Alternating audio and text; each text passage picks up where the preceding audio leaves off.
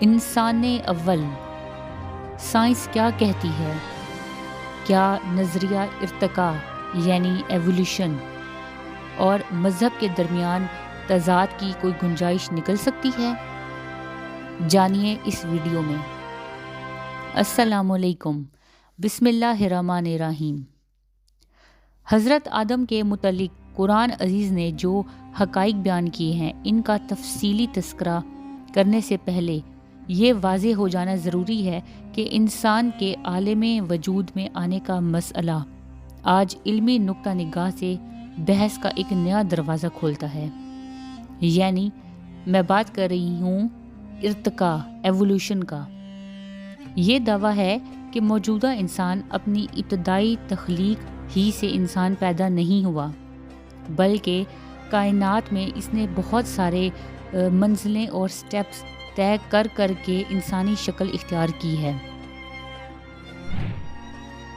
Evolution کا کہنا یہ ہے کہ انسان نے جمادات و نباتات کی مختلف شکلیں اختیار کر کے ہزاروں لاکھوں برس بعد سٹیپ بائی سٹیپ ترقی کرتے ہوئے انسانی شکل اختیار کی ہے۔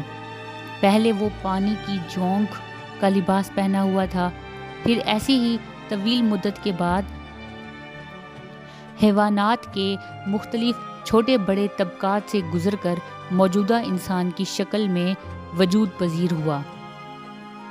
اچھا، یہ بات تو ہو گئی ایولیوشن کی کہ انسان ڈائریکٹ ہی انسان پیدا نہیں ہوا، بلکہ سٹیپ بائی سٹیپ پہلے وہ کوئی اور مخلوق تھا، پھر کوئی اور بنا، پھر جا کر انسان کی شکل اس نے بنائی۔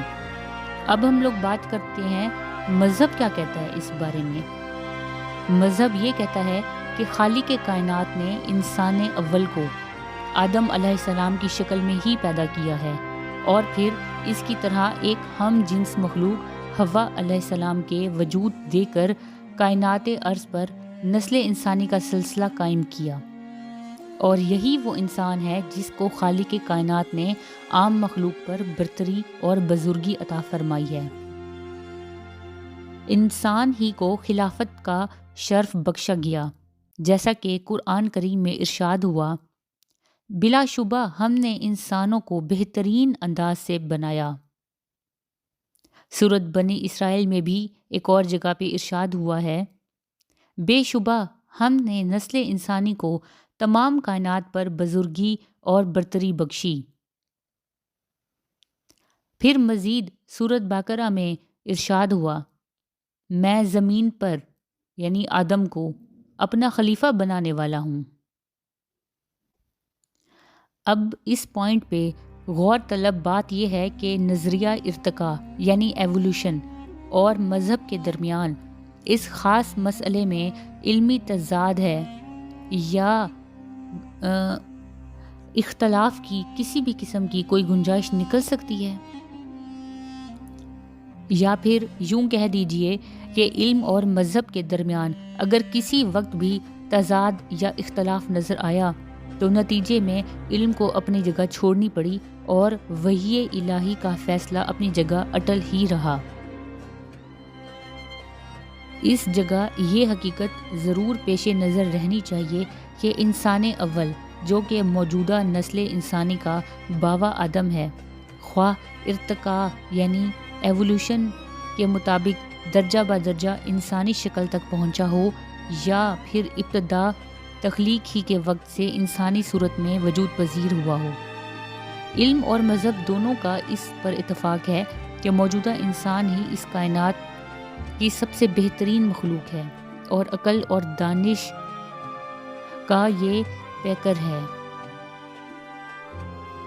قرآن عزیز نے اسی لیے حضرت انسان سے متعلق مثبت اور منفی ہر دو پہلو کو واضح کر کے انسانی ہستی کی عظمت کا اعلان کیا ہے اور بتایا ہے کہ خالق کائنات کی قدرت تخلیق و تکوین میں انسان کی تخلیق حسن و تکوین کا درجہ رکھتی ہے، اور انسان ہی بلا شبہ امانت الہی کا علمبردار ہو کر خلیفۃ اللہ کے منصب پر فائز ہونے کا حق رکھتا ہے۔ جب یہ سب کچھ ہمارے سامنے ہے تو پھر یہ آخر کیسے ممکن ہو سکتا ہے کہ اس کی ہستی یعنی انسان کو یوں ہی بے مقصد اور بے نتیجہ چھوڑ دیا جاتا؟ ایک جگہ ارشاد ہوا قرآن مجید میں، کیا لوگوں یعنی انسانوں نے یہ گمان کر لیا ہے کہ وہ بے مقصد چھوڑ دیے جائیں گے؟ اور ضروری ہے کہ عقل و شعور کے اس پیکر کو تمام کائنات سے ممتاز بنا کر نیک و بدی کی تمیز عطا کی جائے اور برائی سے پرہیز اور بھلائی کے اختیار کو مکلف بنایا جائے۔ اللہ تعالیٰ نے انسان کو پیدا کیا اور پھر نیک و بدی کی راہ دکھائی، پھر ہم نے انسانوں کو دوسرے راستے نیک و بد دکھلائے۔ ڈارون کا نظریہ ارتقاء، اس پر یقین رکھنا بالکل ناجائز ہے۔ آج بہت سے لوگ اس پر ایمان رکھنے کی بجائے بلا سوچے سمجھے سائنس کے نام پر جھوٹ کے ایک پلندے کو سچ سمجھ کر قبول کر رہے ہیں۔ جب ہمارے پاس ہمارے لیے قرآن مجید ہے اور اس میں سب کچھ سامنے کھول کے رکھ دیا ہے تو ہمیں بھلا کسی اور بات پہ ایمان رکھنے کی کیا ضرورت؟ نظام قدرت میں اتنے نازک اور اتنے زیادہ توازن ہے کہ انہیں کسی اتفاق کا حاصل قرار دینا بالکل کم عقلی کی بات ہے۔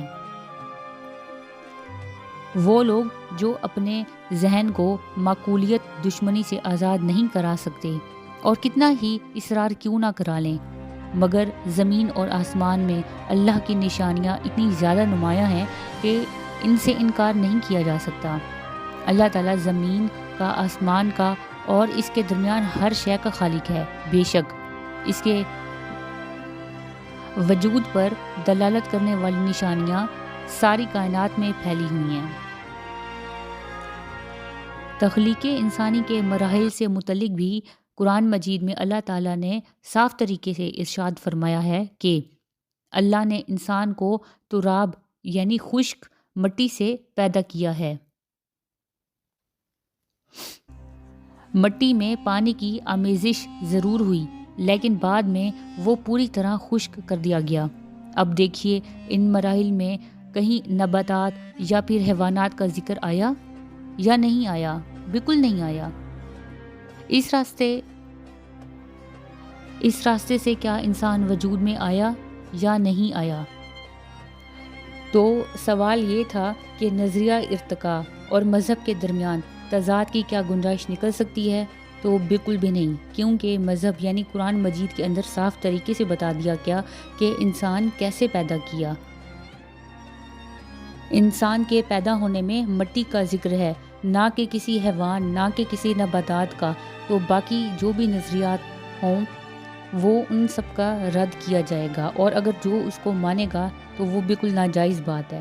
آئی ہوپ آج کی ویڈیو آپ کو سمجھ میں آئی ہوگی۔ میں نے سمجھانے کی بھرپور کوشش کی ہے، امید ہے کہ آپ کو اچھی لگی ہوگی۔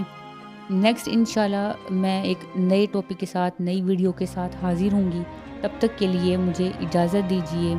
اللہ حافظ، شکریہ، جزاک اللہ۔ اور پلیز جانے سے پہلے چینل کو subscribe, like, comment and share لازمی کر لیجیے گا۔ جزاک اللہ خیر۔